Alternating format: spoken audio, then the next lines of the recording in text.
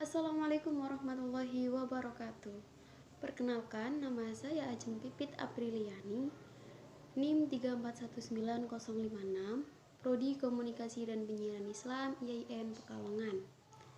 Nah, di sini saya membuat video ini guna untuk memenuhi tugas akhir mata kuliah Produksi Penerbitan Pers yang diampu oleh Bapak Kuswandi.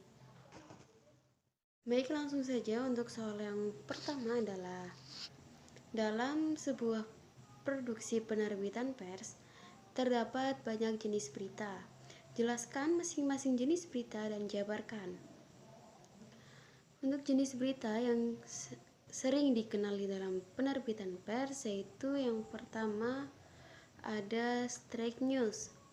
Merupakan berita langsung apa adanya, ditulis secara singkat dan lugas. Kebanyakan halaman depan surat kabar berisi straight news. Nah, straight news ini tergolong menjadi dua macam. Yang pertama ada hard news, merupakan berita yang memiliki nilai lebih dari segi aktualitas dan kepentingan atau sangat penting segera diketahui oleh pembaca, mengandung informasi peristiwa khusus, special event yang menjadi secara tiba-tiba. Yang kedua adalah soft news, nilai berita di bawah hard news dan lebih merupakan berita pendukung. Contohnya, posko bantuan bencana tsunami Aceh segera dibangun. Yang kedua ada deep news, berita mendalam dikembangkan dengan pendalaman hal-hal yang ada di bawah suatu permukaan.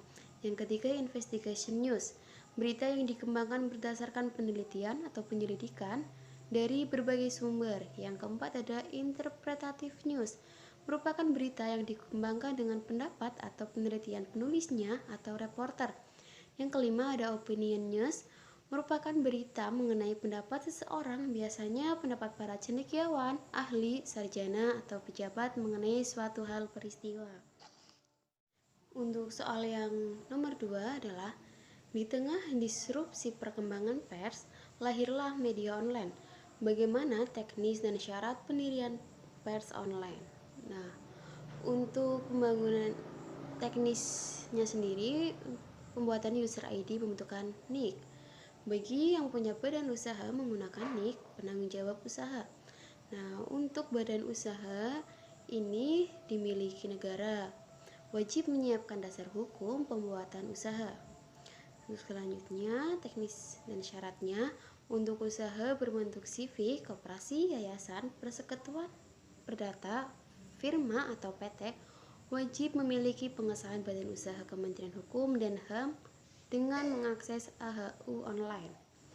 2. Dengan cara pembuatan akun untuk SIUP online OSS. Setelah syarat terkumpul, tahap selanjutnya adalah pembuatan akun OS. Pembuatan akun OSS berbeda untuk badan usaha dan perorangan.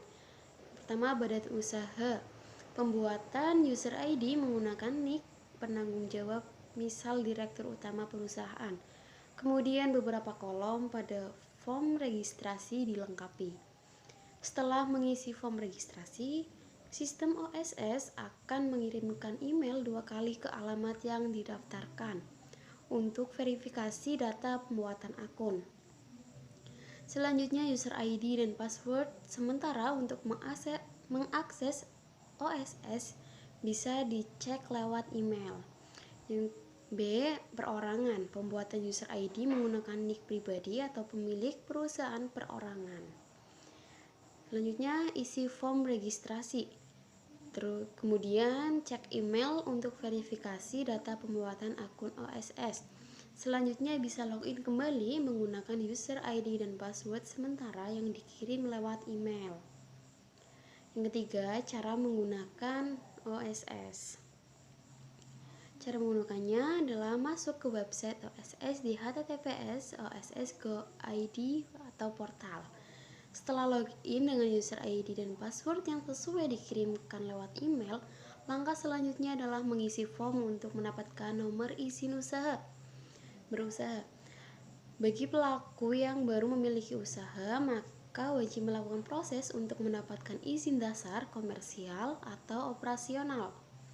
Selanjutnya, bagi pelaku yang usahanya sudah berjalan, bisa melanjutkan proses untuk mendapatkan izin usaha baru yang belum dimiliki memperbarui data perusahaan, mengembangkan usaha, atau memperpanjang usaha bagi yang ingin tahu cara diperpanjang SIUP oleh online. Selanjutnya untuk soal yang nomor 3, setiap lembaga pers dipastikan terdapat rubrikasi, program maupun konten. Menurut Anda, bagaimana merancang rubrikasi, program atau konten yang baik? Untuk yang pertama, yang perlu kita lihat dengan apa yang membuat sebuah konten menjadi sebuah berkualitas, yaitu yang pertama, buatlah konten yang orisinil. Seperti yang telah disebutkan di atas, konten yang orisinil sejalan dengan Google dan penunjang situs Anda. Menjiplak konten orang lain akan menyebabkan hukuman dari Google yang bisa membuat Anda kembali ke titik awal. Pelajari terlebih lanjut tentang menulis konten untuk menaikkan peringkat situs. Yang kedua, fokus ciptakan headline yang kuat. Headline yang baik membangkitkan minat dan mengundang pembaca. Pertimbangkan statistik berikut. 80% orang akan membaca headline Anda, tapi hanya 20% dari orang tadi akan membaca seluruh isi konten Anda. Ini yang membuat headline Anda sama pentingnya dengan artikel itu sendiri. Yang ketiga, bisa memberikan jawaban. Apa tujuan akhir dari mesin pencari? Jawaban Anda benar bila mengatakan untuk menyediakan sejumlah jawaban. Google mahir dalam hal ini. Ketiklah sebuah pertanyaan dan di Google dan Anda akan disajikan tautan gambar dan video. Yang keempat, akurat dalam melaporkan dan mengambil informasi. Jika menulis sebuah artikel untuk blog perusahaan, ratusan orang membacanya. Tetapi ternyata apa yang Anda tulis tidak akurat. Bisa dibayangkan dampak negatifnya pada perusahaan dan reputasi pribadi. Ingat, blog adalah refleksi dari perusahaan Anda. Bila ada masalah dalam blog, akan berdampak pada bagaimana orang melihat produk yang kita ciptakan. Setiap statistik yang Anda tampilkan harus diverifikasi banyak. Postingan blog akan memberi tautan statistik dan sumbernya. Soal nomor 4. Apa yang Anda ketahui tentang konvergensi media? Berikan contoh model konvergensi sebuah media. Untuk konvergensi media adalah penggabungan atau menyatunya saluran komunikasi massa seperti media cetak, radio, televisi, internet bersama dengan teknologi-teknologi portable dan interaktifnya melalui berbagai platform presentasi digital. Untuk yang nomor 5, dalam mendirikan sebuah lembaga pers telah diatur ketentuannya oleh UU nomor 40 tahun 1999. Apa saja yang harus dipenuhi dalam mendirikan sebuah lembaga pers? Yang pertama adalah perusahaan pers harus mendapatkan pengesahan dari badan hukum, yakni PT atau perseroan terbatas. Yang kedua, perusahaan pers wajib punya modal besar minimal 50 juta. Media cetak modal lebih besar. Yang ketiga, modal yang disiapkan sekurang-kurangnya mampu mengoperasikan perusahaan dalam waktu 6 bulan. Yang keempat, perusahaan pers wajib memberikan upah wartawan atau karyawan minimal sesuai UMK dengan total 13 kali gaji setahun. Yang kelima, perusahaan pers wajib memberikan perlindungan hukum bagi wartawan atau karyawannya. Yang keenam, perusahaan pers memberikan pendidikan dan pelatihan agar wartawan mengikuti perkembangan zaman dengan cerdas. Yang terakhir, badan hukum perusahaan pers tidak boleh dicampur dengan usaha lain untuk kepentingan pribadi atau untuk melancarkan usaha sektor.